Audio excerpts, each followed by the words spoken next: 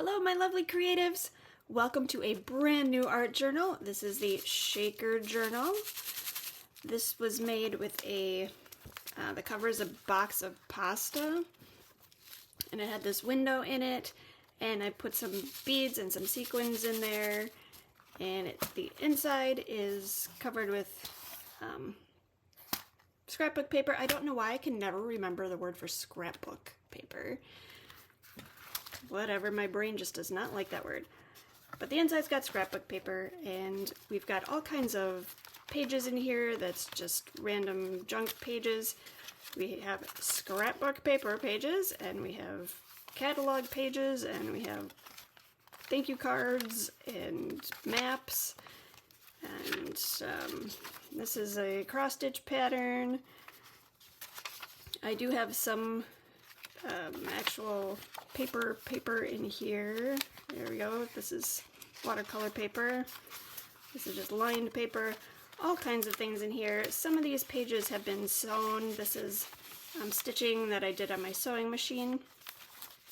Some of them are, this one's all crumpled, so that'll be an interesting texture to work with. I do have pockets that I sewed into some of these so we can have some tucks. So yeah, this is going to be an interesting ride. So let's get started. I've got gesso on my first page here. I'm not really going to paint on this page. I'm going to cover it up anyway, so I didn't technically need to gesso it, but I wasn't sure what I was doing when I started, so it's got some gesso on it. We are going to put some pieces of book page on here, like this, and then I used to work at a library, so I took this out of an old book that was discarded, and it's, library pocket, and it had a date due from 2008 was the last time that was checked out, so that was really cute. I cut it out, and I have a piece of envelope. This is just a window from a piece of junk mail, and we're going to make a little tag to put in here. If I can get it in, there we go. And it's going to sit right here. So let's get started. I did pre-draw my design on here, and we are just going to get going with this. Time to speed up the video. We're going to get started with the book pages. I'm going to add some ink to them just to weather it a little bit and give it some variation and variety. I've got two different browns here. There's Vintage Photo, and I don't remember the other one. It's an espresso color. And I'm just kind of giving some interest. Honestly, it doesn't really matter too much because most of this is going to be covered up, but I didn't want something just plain in the background, so we just kind of grunge it up a little bit.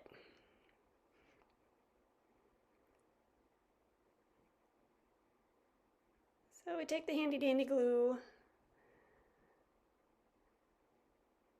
and I'm just gluing it straight on top of the gesso.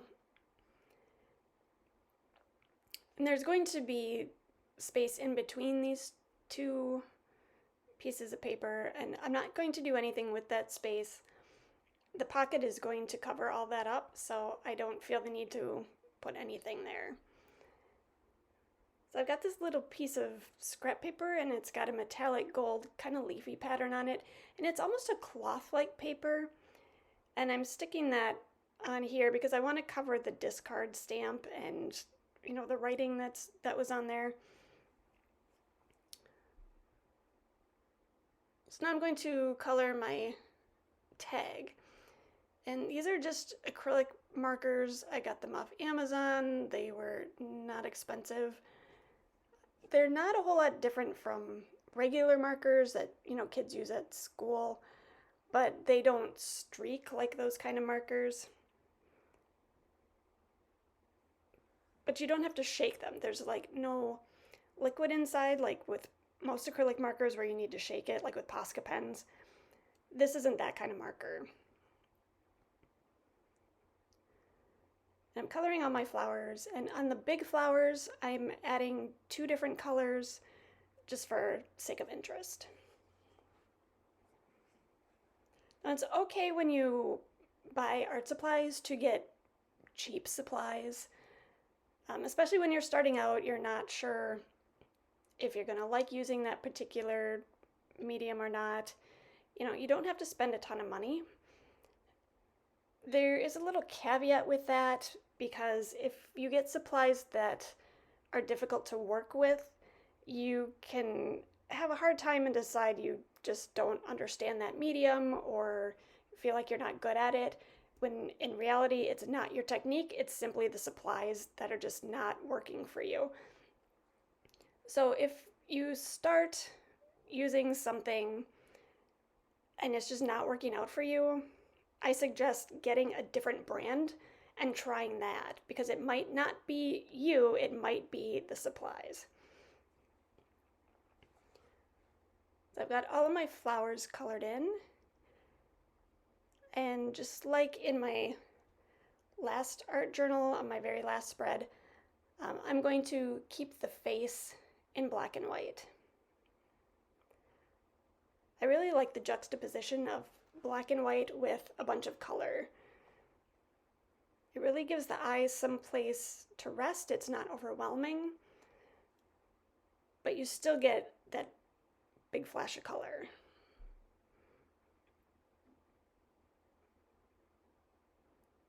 And I'm just using a Micron pen for this. And this is waterproof ink. So I've got my Stabilo pencil, and I'm going very, very lightly, because we need to have some shadows and some interest in here so it's not so flat looking. But the Stabilo pencil is extremely dark once you add the water to it, so I'm just using the lightest touch here.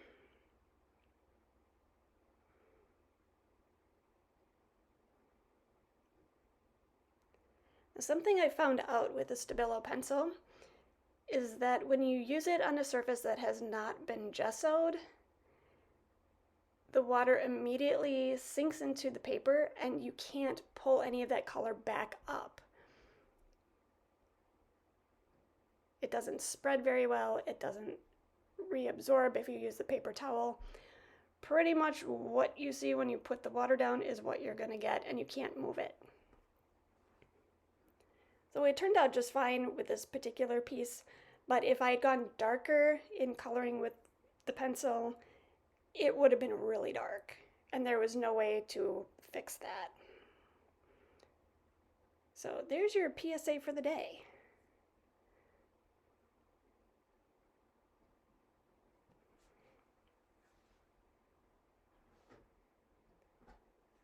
I'm going to take my Micron pen again and outline. Well, this is actually not a Micron pen, this is a Two Hands pen.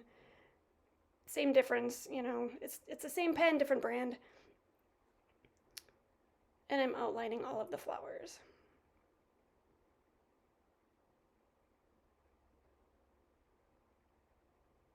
I have both Micron pens and Two Hands pens. Sometimes I like one brand more than the other, sometimes it switches. It can be frustrating sometimes using these pens depending on what you're trying to draw over. They're both fantastic when it's just plain paper, but if you're trying to draw over like acrylic paint or something, it can be extremely frustrating.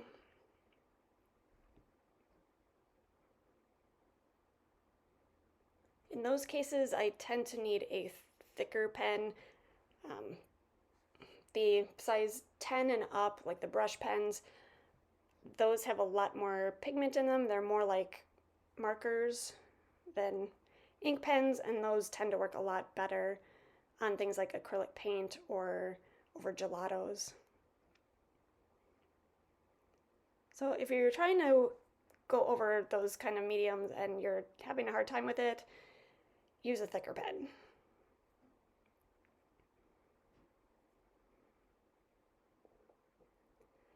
I've got my scrapbook paper. I remembered it. Yay, scrapbook.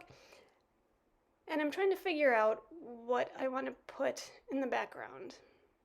Now this is double-sided paper because I do want to use both sides of this tag. And I tried to pick one out ahead of time, but I just couldn't until I got all of the flowers colored in. I have a hard time sometimes visualizing things. I need to really see it in front of me, so I knew once I had the tag colored in, then I could pick the paper and be more successful about it. I want a simple pattern to show through the window because we're going to put something there.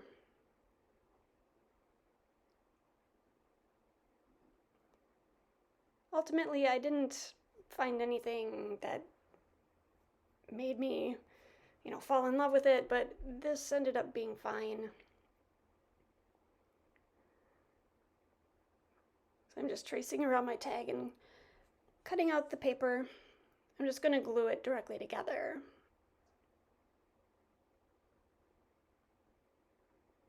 I could do a border of some type around it, but I would have to cut the tag smaller so that it would fit into the pocket, and I didn't want to do that, so I'm cutting it to the exact size.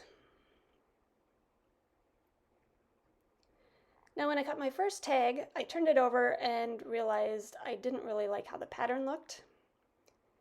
So second PSA of the day, if you're going to do something double-sided, make sure you look at both sides before you cut it out. That's all right, I'll save the first tag for something else in the future. And we just cut out another one.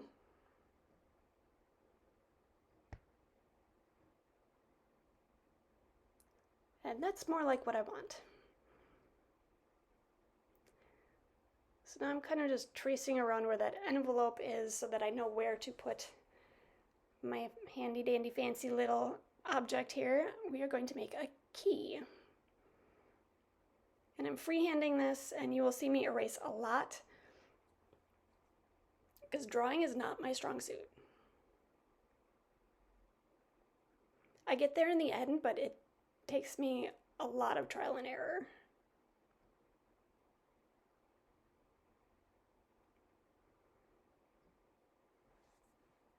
This is why I don't really like drawing. It's very tedious for me.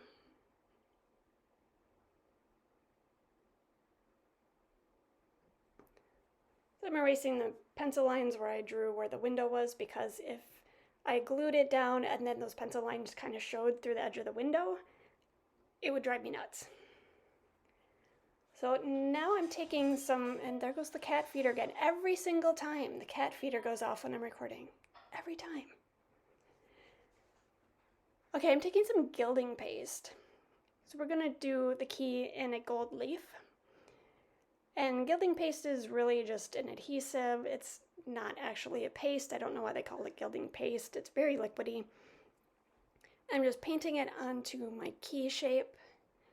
It can be really tricky because unless you apply it really thickly, it goes on clear.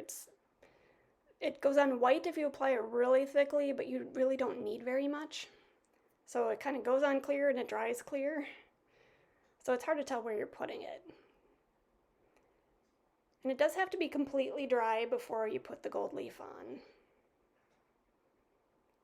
The only way you can tell it's dry is by touching it. It gets really sticky and tacky. The bottle says that it's dry when it's clear, but if it goes on clear, that's not really helpful. So the brand of gilding paste that I'm using is Speedball. It's called Metal Leaf. So this is my gold leaf. It's an imitation gold leaf. It's very delicate. And we're just gonna tear that off and save that for later. It's stuck to my finger and I could not get it off. So what happens when you touch the gilding paste and then you touch the gold leaf. So I'm just using a dry brush and taking all the excess off. And if I had a different project ready to go, I would probably save this extra gold leaf and reuse it. But I just did not have anything else going on, so I just tossed it. It's really super lightweight, so if you breathe on it wrong, it'll fly everywhere. So I didn't want to try to, put it in a plastic bag or something. So this is my Stabilo pencil again. I'm going definitely darker this time. So we want to have a nice solid drop shadow. And I'm making it thicker on the one side than the other. Again, just for interest, because usually light sources are not directly overhead. It's one side or the other, even slightly. So having the shadow thicker on one side is a bit more realistic.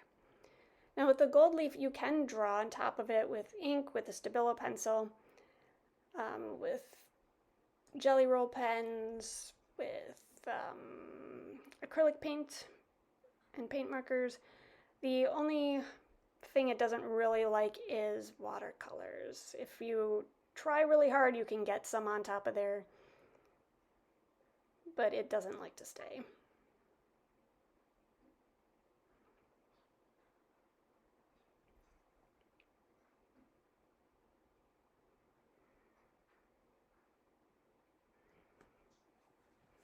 And I think that looks pretty nice. It definitely adds a lot. And we have a key, so now we need a lock. I'm just taking a scrap piece of paper and drawing a heart, and we're going to put a keyhole in it.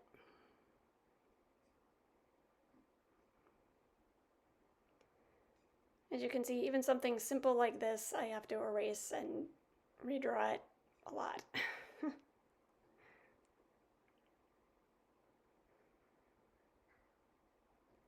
So these are my same acrylic paint markers.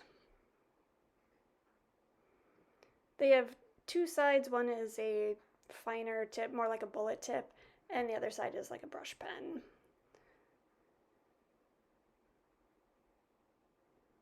And these are pretty good. I don't have to go over them too many times to, get rid of the drawing lines.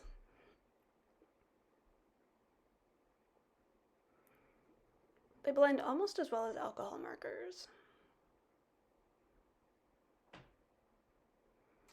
In there I started with the brush tip and then ended up going to the bullet tip. If you want to know what kind of markers these are, they are just called acrylic paint markers. On the sides it says brush tip acrylic paint marker. And there's a picture of a lion's head on the front of the box. Just something I got off of Amazon.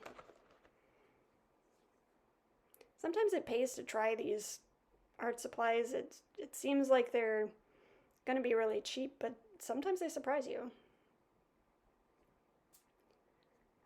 So I have my heart lock, but we're not going to be done with it yet. We need to add some depth to it because I don't want anything looking really flat. So I'm using my watercolor brush pen and adding some shadows. I'm using the watercolor pen just because it has a dark red in it. None of my acrylic markers have a dark red that's going to look that good. And then I tried to use a lighter pink, but with the watercolor brush pen it didn't really work. I didn't think it was going to, but I wanted to make sure the highlights were going to be decent where I put them, so then I just went over it with a Posca.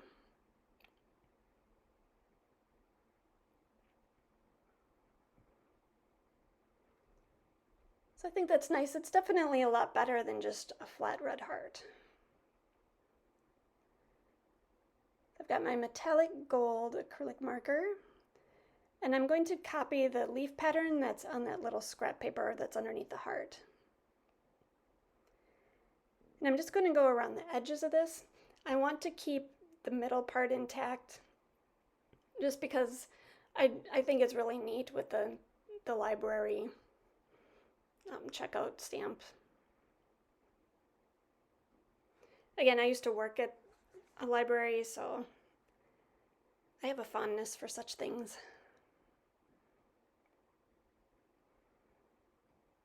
I spend a lot of time reading.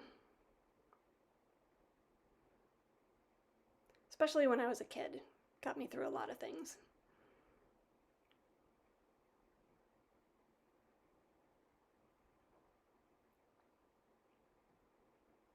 And this one I wasn't sure which direction I wanted the leaves to go, so I decided to just have them go both directions and meet in the middle.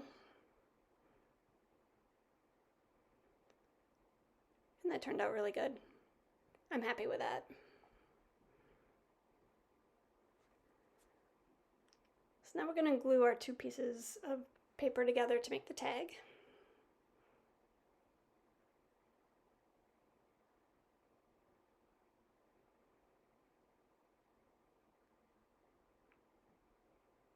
I did use quite a bit of glue, and the top piece kind of wrinkled a little bit, so I did have to smooth it out. But ultimately it turned out fine. I did have to trim the edges in a couple of places, but not a big deal.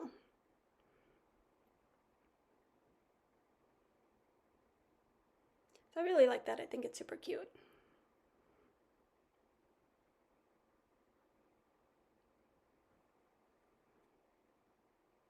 So now on the back, I want to put some words.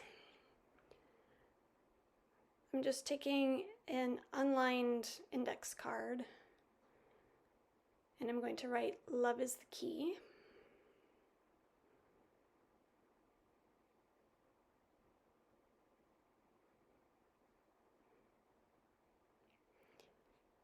And here we go with the erasing.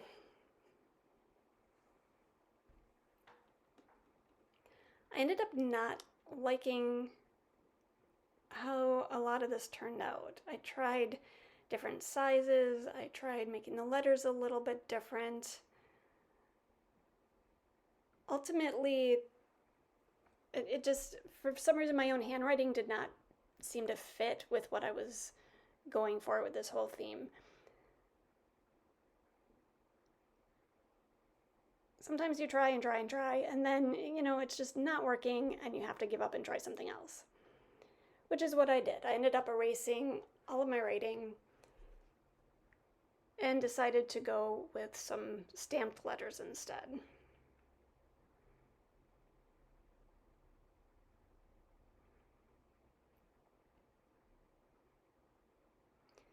And it takes me a while to find the letters that I need.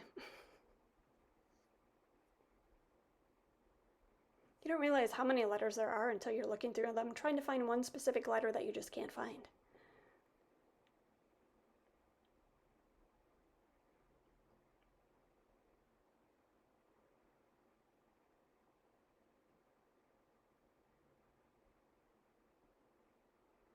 And that's exactly what I want. And now I'm going to come back in and write the two little words in the middle. And I love that. I think it's super adorable. I've got some lace trim. I tend to pick up lace if I go to Joann Fabrics or someplace and they have it on sale, and I just find a lot of uses for it. As you can see on my journal cover, I've got lace on there too. I'm using fabric glue, because anytime you use any kind of fabric, you want to use the fabric glue rather than like a water-based glue. Fabri-Tac is a really good glue. It's very tacky. And I'm actually going to use it to attach it to the paper, just because I do have the fabric on there. And like I said, it's really tacky, so it sticks really well. When I have thicker elements like this, I always use the fabric glue.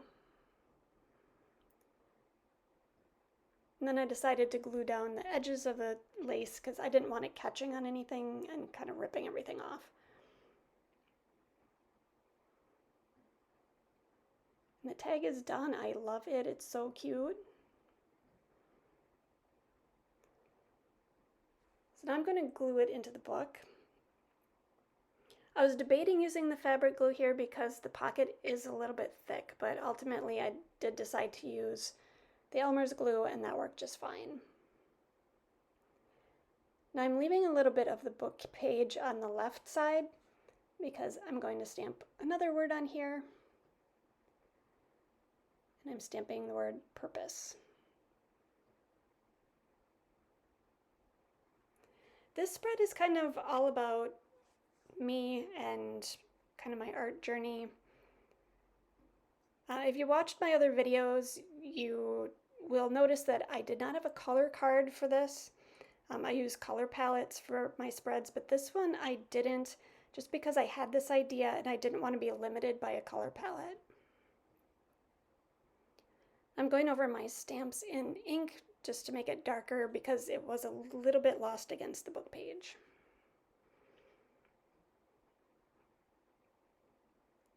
And there it is, the finished tag. I love how it turned out.